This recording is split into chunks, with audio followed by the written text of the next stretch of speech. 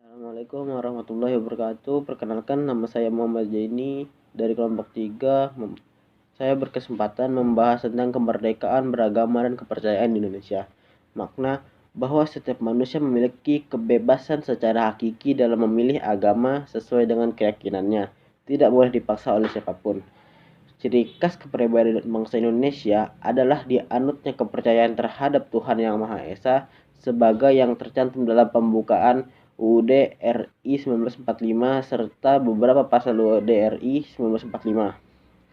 Alinea ketiga, di atas berkat rahmat Allah yang Maha Kuasa dan didorongnya oleh keinginan leluhur.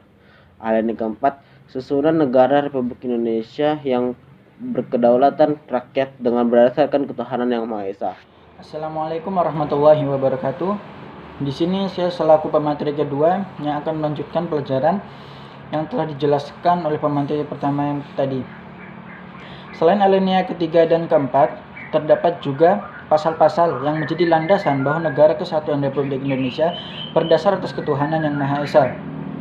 Salah satunya adalah pada pasal 29 UUD NRI tahun 1945 ayat pertama yang berbunyi, negara berdasar atas ketuhanan Yang Maha Esa.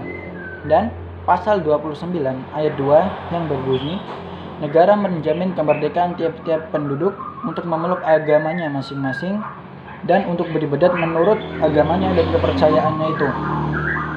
Selain pasal 29 ayat 1 dan 2 tadi, terdapat juga pada UUD NRI tahun 1945 pasal 28E ayat 1 yang berbunyi, setiap orang bebas memeluk agamanya dan beribadat menurut agamanya, memilih pendidikan dan pengajaran, memilih pekerjaan, memilih kewarganegaraan, memilih tempat tinggal di luar negara dan meninggalkannya, serta berhak kembali.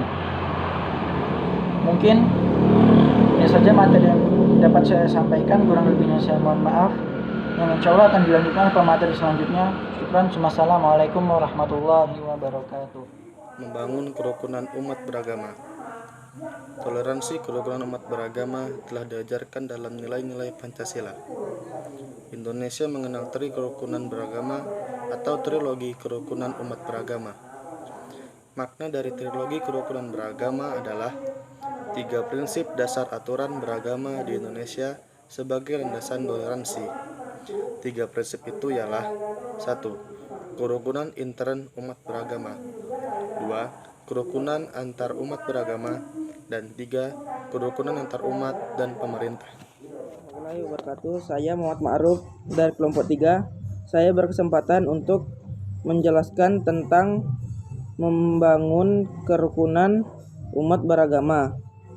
Dalam rangka mencapai masyarakat yang adil dan makmur dalam bertoleransi, diperlukan pola hidup toleransi yang dilandasi keimanan dan ketakwaan terhadap Tuhan Yang Maha Esa.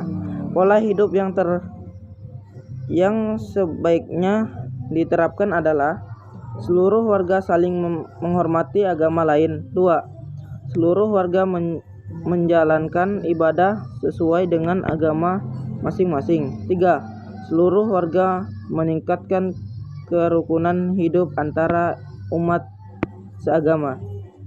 4. Seluruh warga meningkatkan kerukunan antar umat berbeda agama. 5. Seluruh warga meningkatkan kekurangan antara umat beragama dan pemerintah. 6. Seluruh warga mengembangkan kualitas keimanan dan ketakwaan. Assalamualaikum warahmatullahi wabarakatuh. Terhadap berbagai sifat yang harus dikembangkan dalam menjalani kehidupan berbangsa dan bernegara yang dilandasi keimanan dan ketakwaan, antara lain: 1. Seluruh warga dapat memahami ajaran agama yang dianutnya. 2. Seluruh warga menyadari bahwa meningkatkan keimanan dan ketakwaan dapat menghindarkan dirinya dari perbuatan yang bersifat merugikan. 3. seluruh warga saling menghargai pelaksanaan ibadah baik agamanya atau agama lain. 4. Seluruh warga meningkatkan keimanan dan kekuatan terhadap Tuhan Yang Maha Esa dalam menghadap tantangan era globalisasi. Warahmatullahi wabarakatuh. Perkenalkan, nama saya Muhammad Rizky Lutfiansyah. Saya berasal dari kelompok 3. Di sini saya akan melanjutkan penjelasan dari teman saya yang menjelaskan tentang sifat yang harus dikembangkan dalam menjalani kehidupan berbangsa dan bernegara yang dilandasi dengan keimanan dan ketakwaan.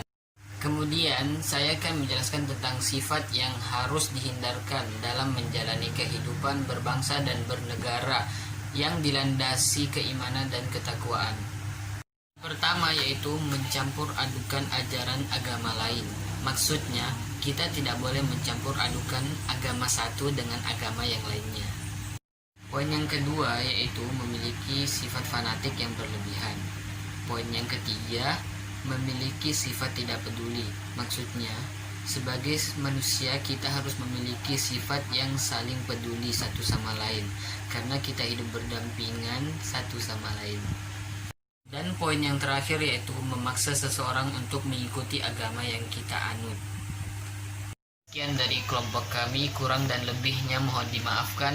Wabillahi taufiq wal hidayah. Wassalamualaikum warahmatullahi wabarakatuh.